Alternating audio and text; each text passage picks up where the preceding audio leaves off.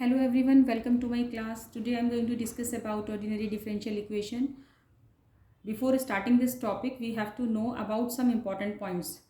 For example, complete solution of differential equation is y is equal to cf plus pi, where cf is complementary function and pi is particular integral. अब complementary function क्या होता है? किसी भी equation में अगर कोई भी इक्वेशन है और उसमें इक्वल टू में ज़ीरो है तो उस इक्वेशन का सिर्फ आप सी एफ कैलकुलेट करेंगे और वही उसका कंप्लीट सोल्यूशन हो जाएगा और पी आई उस केस में ज़ीरो होगा। वो जब हम न्यूमेरिकल्स करेंगे तो और अच्छे से क्लियर होगा। ऑक्सिलरी इक्वेशन क्या होता है कि equation obtained by equating to zero. किसी भी इक्वेशन को अगर इक्वल टू में आप ज़ीरो एज्यूम कर लें और फिर उसके रूट्स कैलकुलेट करते हैं तो उसे हम ऑक्सिलरी इक्वेशन करते हैं। इसको करने के लिए हम इक्वेशन में y को तो 1 मानते हैं, dy ओवर dx को हम m पुट करते हैं, d2y ओवर dx स्क्वायर को m स्क्वायर पुट करते हैं। वो हम न्यूमेरिकल्स में और आपको क्लियर होगा। अब रूल्स फॉर फाइंडिंग cf क्या होता है कि अब आप किसी भी इक्वेशन को अगर सॉल्व करते हैं तो जो रूट्स होते हैं वो रियल भी हो सकते हैं, वो इमेजनरी भी हो सकते हैं, वो डिस्टिंक्ट भी हो सकते हैं और वो सेम भी हो सकते हैं। तो उसके लिए cf के लिए हर एक चीज़ के लिए फॉर्मूला अलग अलग होगा। तो सपोज फर्स्ट पॉइंट अगर हम लेके चल रहे हैं कि इफ रूट्स आर डिस्टिंक्ट, अगर आपके रूट डिस्टिंक्ट हैं, डिस्टिंक्ट मतलब डिफरेंट है, अगर दोनों ही रूट्स आपके अलग अलग हैं तो उस केस में सी एफ का फॉर्मूला क्या होगा? C F is equal to, suppose करो रूट आपके m1 एंड m2 हैं। फॉर एग्जाम्पल अगर हम एग्जाम्पल ले लेते हैं, लेट कर लेते हैं कि आपका रूट आया, एक तो आया m1, दूसरा आया m2, ऐसे बहुत सारे रूट्स आपके एग्जिस्ट कर सकते हैं।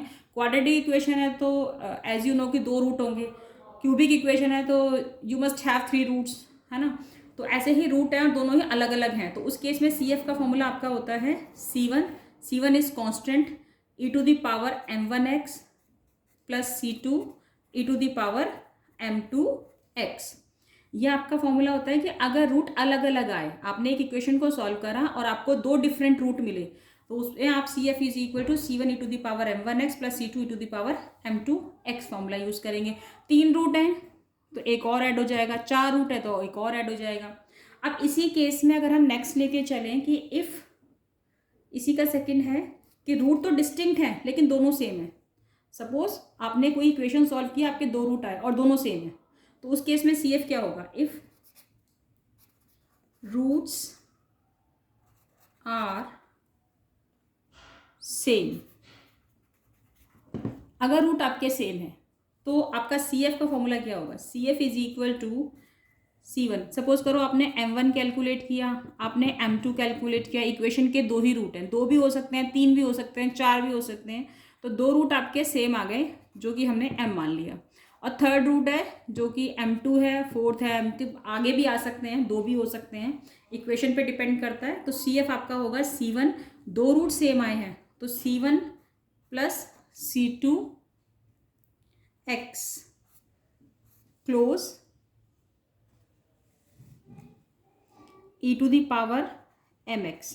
इन दोनों के लिए C1 plus C2x e to the power mx। Suppose third root निकाला जो कि डिस्टिंक्ट है इन दोनों से, तो उसके लिए सेम डिस्टिंक्ट वाला लगेगा। C1 C2 आपके कांस्टेंट हो चुके हैं, कांस्टेंट आपको रिपीट नहीं करना है, तो नेक्स्ट होगा कांस्टेंट आपका C3 e to the power m2x।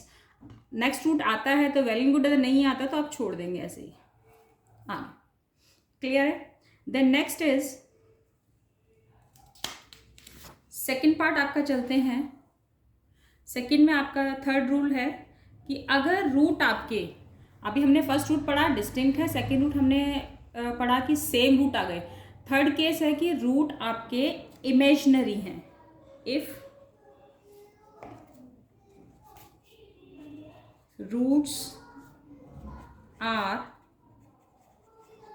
Imaginary, imaginary मतलब रूट की value alpha plus i beta, जिसमें आयोटा आ जाता है वो आपका इमेजिनरी रूट होता है। Is it clear? तो ये आपका इमेजिनरी रूट है, alpha plus minus i beta. तो इस केस में आपका जो m1 हो जाएगा वो तो हो जाएगा अल्फा और m2 आपका हो जाएगा बीटा। तो formula complementary function is equal to C1 e to the power alpha x into C1 cos beta x plus C2 sine beta x. तो आपका complementary function is equal to e to the power alpha x C1 cos beta x plus C2 sine beta x. ये कब हम लगाते हैं? अगर roots आपके imaginary हैं। अब इमेजनरी के केस में रूट सेम भी हो सकते हैं ना, मतलब you got same imaginary root, तो हम उस केस में क्या करेंगे? If fourth case, if roots are same and imaginary अगर रूट सेम भी हैं और इमेजनरी भी हैं तो उस केस में CF आपका कॉम्प्लीमेंट्री फंक्शन होगा e to the power alpha x. Same के लिए केस में अगर दो रूट सेम आते हैं तो आप, मैंने बताया ना, C1 प्लस C2x करते हैं, तो C2x cos beta x plus C3 sine beta x. Other root आते हैं तो आप अदर को भी आप इसमें ऐड ऑन कर सकते हो, वो डिस्टिंक्ट है क्या है, वो डिपेंड करता है रूट्स के ऊपर कि कितने रूट उसमें एग्जिस्ट कर रहे हैं। नेक्स्ट हम केस चलते हैं कि रूट आपका, इफ रूट्स आर इर्रेशनल होता है रूट, कि सपोज आपका रूट आ गया m की value alpha plus minus beta, यानी कि किसी भी रूट में अगर बीटा एग्जिस्ट कर जाता है तो उसको आप इर्रेशनल रूट कहते हैं। अब इर्रेशनल रूट के लिए आपका फॉर्मूला होता है कि जिसमें रूट आ जाए, यानी कि रूट बीटा आ जाए, तो ये अल्फा तो आपका m1 हो जाएगा और रूट बीटा आपका m2 हो जाता है। तो CF का फॉर्मूला सेम चलता है e to the power alpha x. यहाँ पर तो देखो एज इट इज, इसमें भी e to the power alpha x होता है, यहाँ भी अल्फा एक्स होता है, बस C1 cos hyperbolic angle use हो जाता है यहाँ पर, hyperbolic root beta x plus C2 sine hyperbolic root beta x. यह आपका होता है if roots are irrational roots के लिए हम ये यूज करते हैं। इर्रेशनल रूट भी आपके रिपीटेड रूट हो सकते हैं इफ रूट्स आर रिपीटेड, और we can say roots are same, तो उस केस में भी सेम नेक्स्ट केस हमारा चलता है। तो CF is equal to e to the power alpha x C1 plus C2x हो जाता है।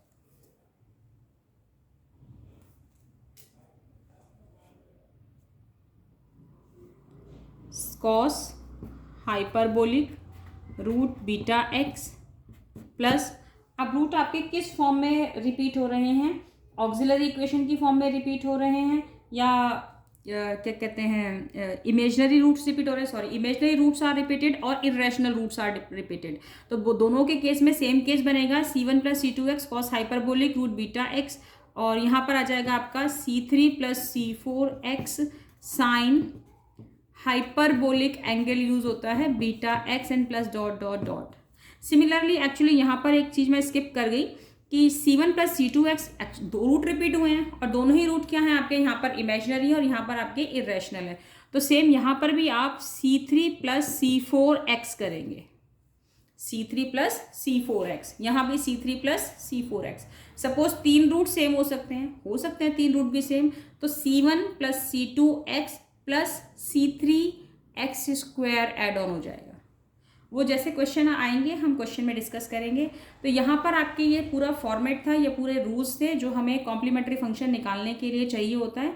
ये तब हम यूज़ करते हैं, तो देखो अगर इक्वल टू में 0 है तो भी आपको कॉम्प्लीमेंट्री फंक्शन निकालना है पहले, अगर इक्वल टू में 0 नहीं है तो भी आपको कॉम्प्लीमेंट्री फंक्शन निकालना है, and in that case you have to calculate PI और कैलकुलेट करना है। तो वो हम नेक्स्ट लेक्चर में आपका डिस्कस करेंगे। यहाँ पर हमने सिर्फ complementary function and how to use these फॉर्मूले डिस्कस किया है।